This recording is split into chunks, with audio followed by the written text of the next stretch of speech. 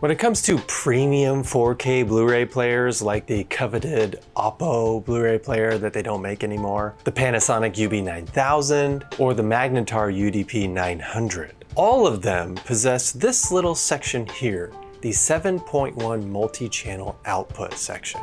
So why is this section reserved for only premium, very expensive 4K Blu-ray players? Are you missing out on something spectacular, or has it become just basically obsolete at this point in 2024? Let's talk about it. Today's video is sponsored by Crutchfield. Did you know that aside from the obvious winter holiday shopping season, the next busiest time for Crutchfield is right now leading up to Father's Day? That's right, it's dads and grad season, folks, and you're in luck because Crutchfield is having some killer deals on the best ideas from smartwatches, Bluetooth speakers, car audio, home audio, headphones, and even drones. Or take the weight off your shoulders and let them decide what they want with a Crutchfield gift card. Orders $35 or more get standard delivery within 1 to 3 business days. Whatever their heart desires, you can find it by going to crutchfield.com today.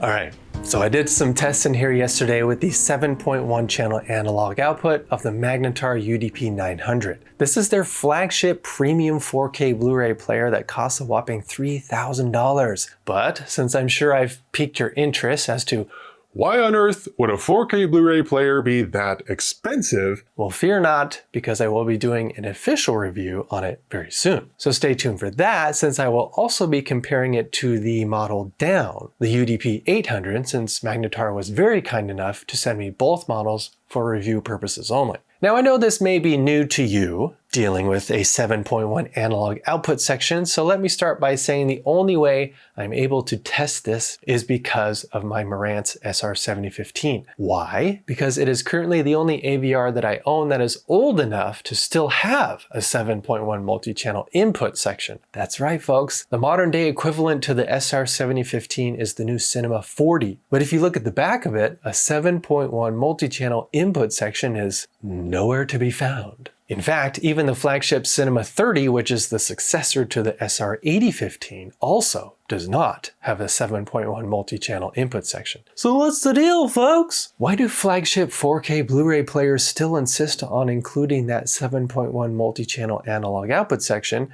when AVR manufacturers are getting rid of it? Well, honestly, it mainly has to do with old school... what now? Honestly, it mainly has to do with old school multi-channel music. But in addition to that, it has to do with the performance and quality of the DAC inside. See, when you're sending both an audio and video signal digitally over an HDMI cable, like in most scenarios these days, it is the DAC inside your AVR that is doing the digital to analog conversion. After reading some online forums about this, according to Marantz, all units with the serial number ending in 70001 or higher have the Texas Instruments DAC inside. Most likely the PCM 1502A DAC found in the Denon AVRs. Before that, it was a DAC from the manufacturer AKM. But inside the Magnetar UDP900, it has 2 independent DAC processors. ESS9038 Pro DAC decoding for 2-channel output, like when listening to a CD, for example, and ESS9028 Pro DAC decoding for the 7.1 RCA outputs. And an ESS DAC nowadays seems to be the most sought after for audiophiles. But unfortunately, I don't own any multi-channel music discs like DVD audio albums or SACD albums for that matter. So I'm going to focus on the 7.1 multi-channel outputs in a home theater setting. Just as a refresher, all Dolby Atmos panning metadata hitches a ride along a 7.1 Dolby True HD audio signal. But unfortunately, the panning metadata doesn't make its way over with the analog outputs, so you're only getting a 7.1 mix with no hide effects. Atmos is decoded by the AVR when it receives that digital signal over HDMI only. But regardless, I wanted to see if there was anything I was missing or different when listening to the baseline 7.1 audio signal, both being processed by the UDP900 itself and its ESS DAC fed through the 7.1 multi-channel outputs, or processed by the SR7015 and its Texas Instruments DAC. And not upmixed either, just a direct 7.1 mix. Surprisingly, I found out that I don't have a lot of discs that are natively mixed in 7.1. I have a lot that are 5.1, but not 7.1. But one of my favorites in my collection that happens to be mixed in 7.1 is Dances with Wolves. So I watched the scene early on where Kevin Costner's character tries to end himself by riding his horse with no hands in no man's land, hoping to be shot by a Confederate soldier. And I also watched the buffalo hunting scene, which was great. The first and most obvious difference was the volume level. When watching in the standard way, with everything fed through the HDMI cable, the volume was set at 53. But to level match it with the audio being fed through the 7.1 multi-channel output, the volume was set to 70. Whoa.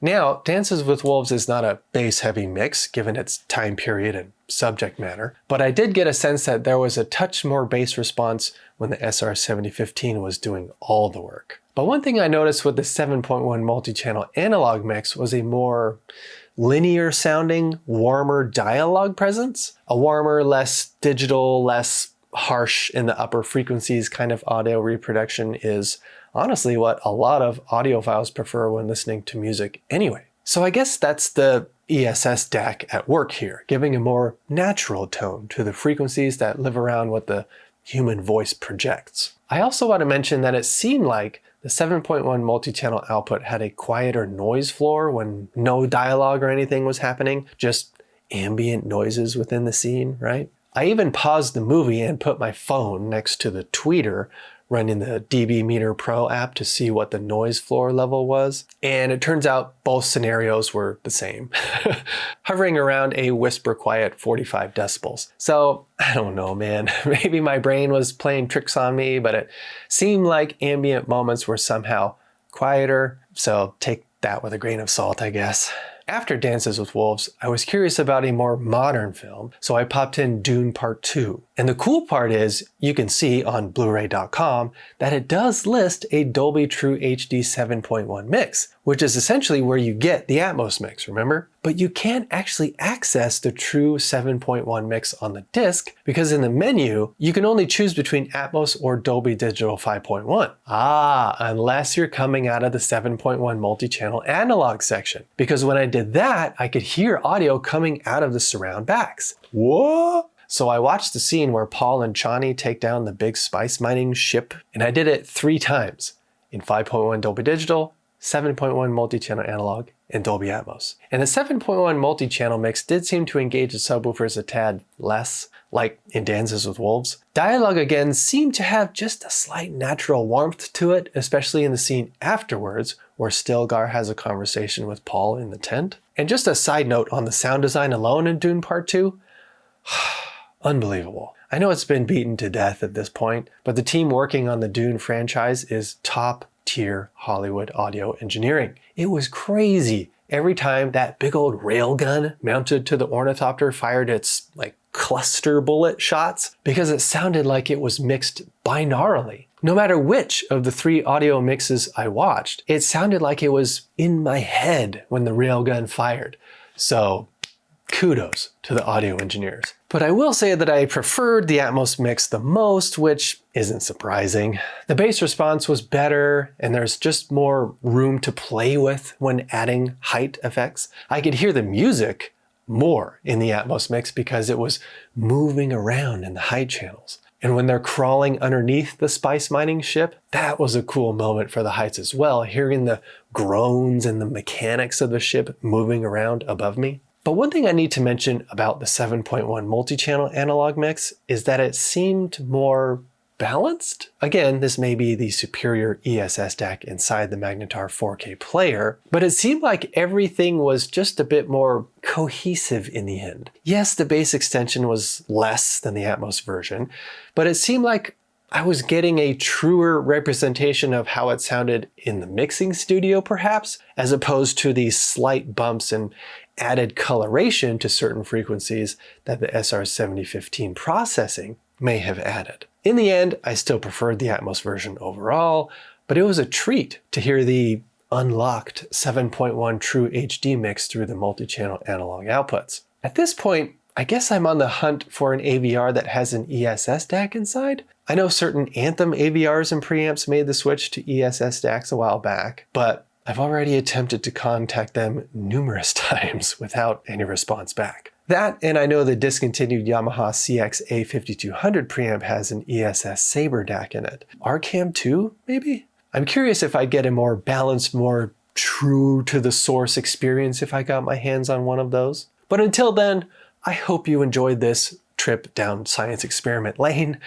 Curiosity definitely got the best of me, and I'm glad I got to do it with the help of the amazing people behind Magnetar players. I also want to get my hands on some DVD audio discs and SACD albums now, since that's honestly the real reason audiophiles would opt for the flagship UDP900. And with that, I say this world is crazy as it is already, so it only makes sense to be kind to each other out there. Don't just watch TV and movies, experience them.